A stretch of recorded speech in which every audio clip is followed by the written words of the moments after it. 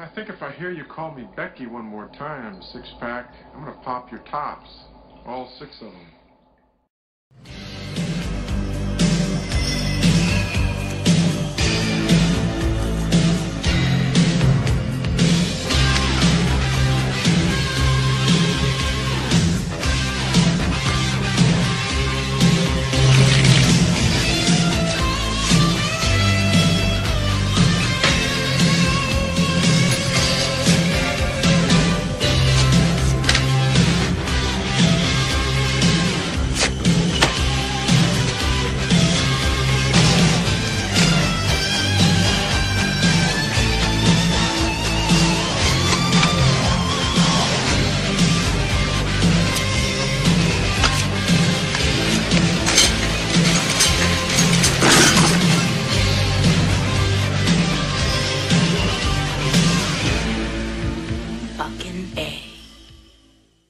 Once again, welcome back to another review. This is a Patreon review for Total Meltdown 2. And it's for Heroes Shed No Tears, a 1986 John Woo film, which is a jungle warfare movie. First off, thanks for being a part of my Patreon, man. I appreciate it. If anyone ever wants to do that, be a part of my Patreon, and there's tiers for requests and so forth. The link to that is down below. Or if you want to request via PayPal, movie review, topic, commentary, whatever may be, link to my PayPal's down below too. Heroes Shed No Tears, it's a John Woo film I've never heard of, but I quite enjoyed. You're not going to get much of the characters. The lead guy I didn't mind just because he was a badass, but really, if you're trying to find any depth to the characters, really the lead guy, he has this woman he likes and his son. Some of the mercenaries, one is very much into gambling. You're not going to get a lot out of it, but you know how some people say a movie is wall-to-wall action? This is one of those cases. And it was cool to see John Woo do a jungle, I was going to say Vietnam. In a way, this is a Vietnam movie, in a way. It's about these group of Chinese mercenaries that go into the Golden Triangle to get a drug lord. And the mercenaries don't fuck around. I mean, the lead guy has an M60, one has a flamethrower, one has grenade launchers. You got M60 foo, grenade launcher foo, flamethrower foo. And pretty much the beginning of the movie, they get the drug lord and they just they're burning people, real fire, real stunts, real explosions, bit of John Woo style, some slow motion. And it stopped very little for the character stuff, and this was a very easy sit. It's only an hour and 20 some minutes, and if you want to sit back and watch a 90-minute movie where a bunch of mercenaries fuck up bad guys, and throughout the film the mercs get dwindled more and more until at the end you have the bad guy who's like a Thai officer with one eye, he's got a patch on, it's bloodied. You got the hero, they're fighting back and forth.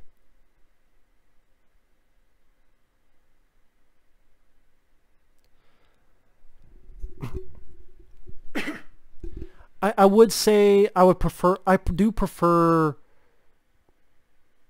Hard Target, Broken Arrow over this, because I say I like the characters more in those. Yes, I'm a big Van Damme fan. I love Christian Slater and such in Broken Arrow.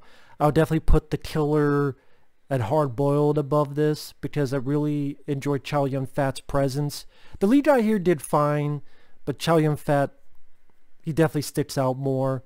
And I would even put this film I reviewed not that long ago, Bullet in the Head, above this. Because Bullet in the Head, you have great action, but it was a bit more of an emotional story that I grew to care quite a bit about. Here, if there's a story to tear, it's between the lead guy and this little boy. I would say that's the most he would get out of it. But yeah, the film, you do get a lot of great action. When he gets his, I think it was his wife and his kid, he's shooting some guys with a shotgun, one including shooting a guy in the head. Doesn't blow it up down on the dead side, but shoots him in the head.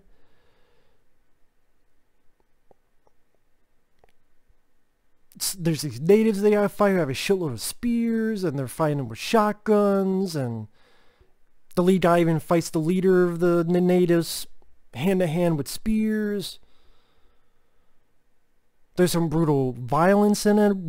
The mercenaries gets his fucking arm cut off, and a bunch of fucking spears impaled into him. You get big battles with a lot of gunfire, gunplay. It's not the two-pistol. You're not going to see that. But, I mean, this is more of the, they said the jungle warfare, but with bits of slow motion thrown in there. And practical explosions. It's definitely a movie that gets a lot of... It's an easy movie to watch. I'll say that. And... you do get your bang for your buck. Like you said, you get your shotgun fun, you get all sorts of stuff of that nature. You get some fairly decent hand-to-hand fights. Nothing fantastic in the hand-to-hand fights, but decent. The other mercenaries, other than the lead guy, I didn't care one way or another, because there's really not much to say. There's one guy who likes to gamble a lot. The others... I can't tell you really anything about him other than being cannon fodder.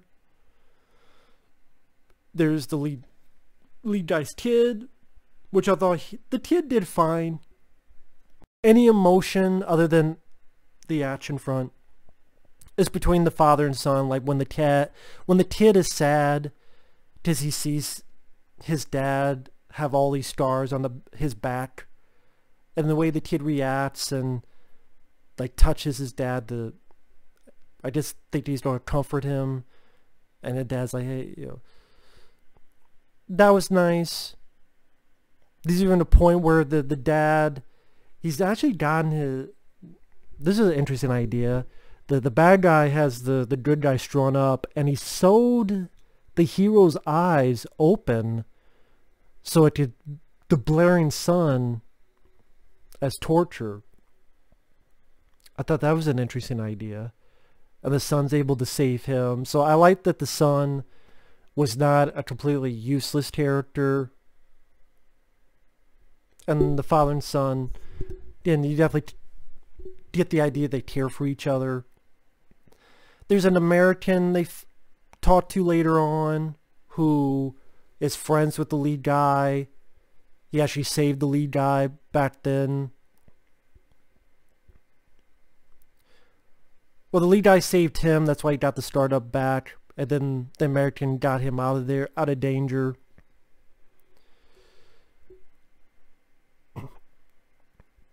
Sorry, I'm going silent because I'm trying to think, like, what are actual issues I have with it, other than the other mercenaries you don't really care much about. There's a scene where they find an American lady and this I think, maybe not American, but it might have been French. I can't remember her nationality. But these two people being hassled by these officers, they're ready to get away, and the lady stupidly gives them the middle finger. After they're ready, the officers go, you can go. And because of her stupidity, gets the guy she was with shot in the head. And then the mercenaries come in and fuck up the bad guys, and the lead guy like shoots a shotgun shell at this puddle of gas that blows up these guys and their vehicle nearby. They save that girl, but really for not much of a reason, because she just dies later on. So like you saved her to die a little bit time later, so that character was pretty much pointless. Again, the side characters, you don't really get to know much about them to really say that you care. Also, I thought it was a bit weird. It gets to the third act, and the American who is friends with the lead guy, the American had a couple lady friends, and they're tied up to these totem pole things. I'm like, okay, there's the two of you. You don't go in. You've been shooting a bunch of motherfuckers already. You don't shoot, get the two ladies. Instead, the American goes on about, I can't live without them. He has all this junk on him, runs off, smiling. The two ladies look up, smile. He runs up, blows up the three of them. I'm like, did the American just become a fucking suicide bomber in this?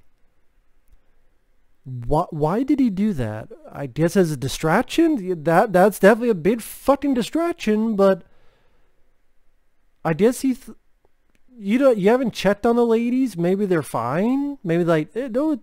That would, that would have been in a sick way funny if one of the girls said, no, don't. Wait, I'm fine. I'm tired. I look beaten, but I'm tired. You just get me out of here. Don't blow us up.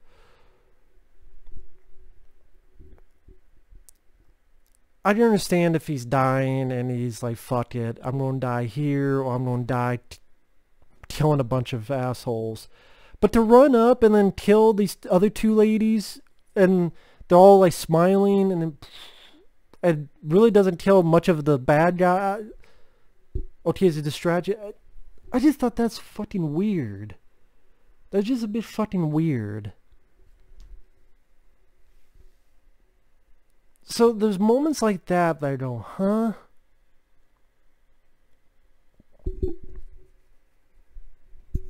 So other than the moments like that and the side characters, I would say this is a lesser version of Eastern Condors, which I know is not the exact same.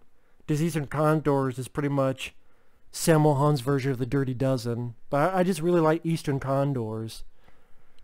I mean, I guess it's not the same because they're not going to get a drug lord, but I don't know why. For some reason, I just kept thinking of Eastern Condors. I'm like, I like this film, but I would put Eastern Condors about it. I don't know why it kept popped in my head. But I would say, if you're a John Woo fan, if you've never seen the film, if you've never heard of the film like I had never had, and you want to see an 80s jungle war film movie with a ton of action that is well done, violent, tons of gunplay, very fast pace, only an hour and 27 minutes. You get some flamethrower food, some shotgun food, some hand-to-hand combat. The lead guy does fine. I thought his little kid wasn't that annoying. You even have a point where the little kid's in danger with a bunch of fire. Like, he's a real kid and a bunch of fire around him. And I don't know if this is bullshit or not, but he actually digs himself a hole to hide in until the fire dies down. Again, that could be complete bullshit, but I bought it for what kind of movie this is. Doesn't end on a downbeat, stupid note. He shed no tears. I think it's worth a watch for any John Woo fan. Again, I would definitely put Hard Target, Broken Arrow, Hard Boiled stuff above this, but this is still a good one. This is still a good one. This is a film like Bull in the Head. If I could find them, I would not mind owning them for my collection. And yeah, it was just cool to see John Woo tackle the jungle warfare movie. Yeah, I keep wanting to say Vietnam movie, but that's not really what it is. But it was cool because that's a bit different for John Woo to do that type of thing. So it was nice to see. And it really didn't disappoint. Unlike the last John Woo film I saw, the 2017 Manhunt, which was fucking awful. This one was like much, much better than Manhunt. This one, sometimes you just want to sit back and watch people kick ass for 80, 90 minutes. Well done action, violent, father and son stuff was fine. Boy wasn't too annoying. Lee did fine. Despite my quibbles, I was entertained by this. I liked it. So thanks for watching, take care, and we'll see you in the next video. Later.